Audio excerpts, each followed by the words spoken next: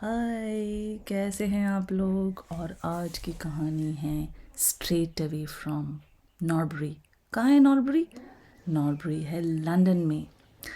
तो आज की कहानी है एक ब्लैक ब्रिटिश वुमेन की, जिनके फोर फादर्स अफ्रीका से आए और उन्होंने कंट्रीब्यूट किया लंदन और ओवरऑल ब्रिटेन के डेवलपमेंट में। सड़कें बनाना, बिल्डिंग्स बनाना और ढेर सारा काम। और तकरीबन 50 साल पहले उनका बर्थ हुआ और उन्होंने स्कूल जाना शुरू किया। पर जब स्कूल जाना शुरू किया तो एक्सपीरियंस किया एक्सक्लूजन, डिस्क्रिमिनेशन। पता है क्यों? स्किन कलर की वजह से। वो वाइट नहीं है। और वाइट ना होना उस ज़माने में एक बहुत बड़ी डिसेबिलिटी होती थी। आज भी है, ऐसा नहीं है कि रेशियल और कलर प्रेजुडिसेस ख़त्म हो गए हैं, अभी भी एग्जिस्ट करते हैं।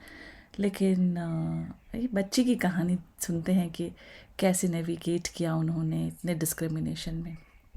बार बार सुनने को मिलता था कि ब्लैक्स वो तो हमेशा इंटॉक्सिकेटेड रहते हैं, वो अपना पैसा इधर उधर वेस्ट कर देते हैं, हार्ड वर्किंग नहीं हैं और क्लीन नहीं हैं। इस तरीके के स्टेटमेंट सुनने को मिलते थे। माता पिता के बारे में सुनने को मिलता था कि माता पिता बच्चों का ख्याल नहीं रखते हैं।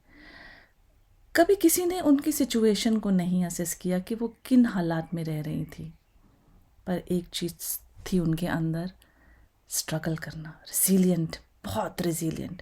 सारे दुख, सारे दर्द, सारा डिस्क्रिमिनेशन फेस किया और मन में एक लगन, पढ़ना है, मेहनत से पढ़ना है और फाइट करना है इस डिस्क्रिमिनेशन के अगेंस्ट। और फिर वो कॉलेज गई, चलता रहा डिस्क्रिमिनेशन, लोग उनको बोलते रहे, लेकिन कभी भी अपने फोकस से डाइवर्ट नहीं किया, ना इधर ना उधर, एकदम। और एक कहावत है, जो लोग सीधे अपने रास्ते पर चलते चले जाते हैं, रास्ता लंबा होता है लेकिन वो कभी अपने रास्ते से भटकते नहीं हैं। यही हुआ इनके साथ। Now she's a professor in a very big university and she's doing research on how to make school curriculum very very inclusive, जहाँ पे बच्चे चाहे ब्लैक हों, चाहे एशियन हों, चाहे हिस्पैनिक हों, चाहे यूरोपियन हों और चाहे गोरे हों, ओके, सबको मज़ा आए पढ़ने में, सब रिलेट कर सकें। कभी आपने एक्सपीरियंस किया है, जब आप कहीं जाते हैं, कुछ देखते हैं तो कहते हैं ये तो मेरे घर के पास है, अरे ये तो मेरे दोस्त जैसा है, अरे ये तो मेरे दादा दादी जैसा है, मेरे नाना नानी के घर की याद दिलाता है। इसी तरीके से हम सीखते हैं। We make sense of our experiences by comparing, कि हम कितना करीब हैं किसी चीज़ से और कितना दूर हैं।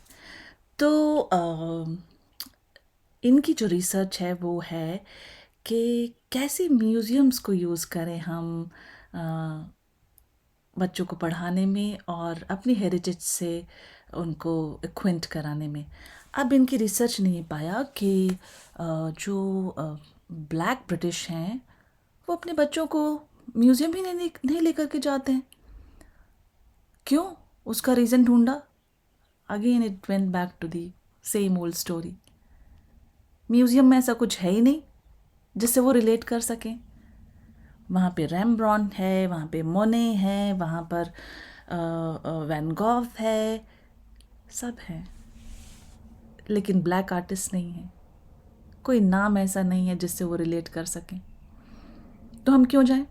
क्यों हम दूसरे का देखने जाएं? कोई हमारी चीज़ें तो नहीं देखता है, हमारे बारे में तो नहीं सोचता है, तो हम दूसरे के बारे में क्यों सोचें? और यहीं से शुरू हो जाता है डिवीज़न। और एक जो डिस्कवरी की उन्होंने, वो क्या थी? वो ये कि जो इतने बड़े बड़े आर्ट म्यूज़ियम हैं, इतने बड़े बड़े हिस्टोरिकल म्यूज़ियम हैं, वो बिल्डिंग्स जो हैं वो उनके फोर फादर्स ने ही तो बनाई हैं। तो वो म्यूज़ियम तो मेरा हुआ ना। और ये थॉट था और पूरी लाइफ जो है वो चेंज हो गई।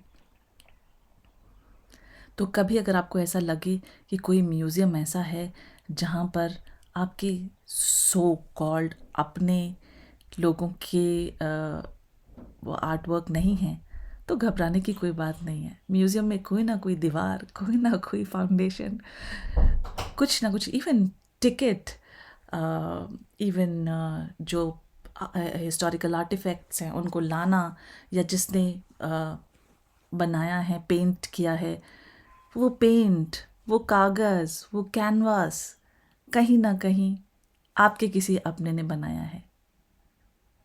तो क्या है लेसन आज का? आज का लेसन ये है कि museums are our friends, we learn a lot.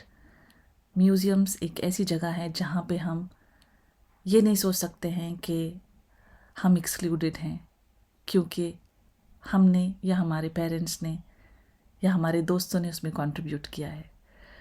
तो ये जो थॉट था कि मैं कैसे आइडेंटिफाई करूं, कैसे अपनी एक्सपीरियंसेस को मीनिंगफुल बनाऊं, और ये एक थॉट था, और उसने पूरा अप्रोच चेंज कर दिया। Now she is working for school children and using museums and arts to promote uh, their right to belongingness to the place. All right, so tell me कैसी लगी ये कहानी, रियल लाइफ कहानी जो मैंने उनसे सुनी। She is professor Meyold, and she's working very hard to include museums, arts into curriculum। और चाहे एशियन बच्चे हों, चाहे अफ्रीकन बच्चे हों, चाहे हिस्पैनिक बच्चे हों, और चाहे ब्रिटिश गोरे बच्चे हों, museums are for everyone. On that note, I'll say bye bye. See you soon.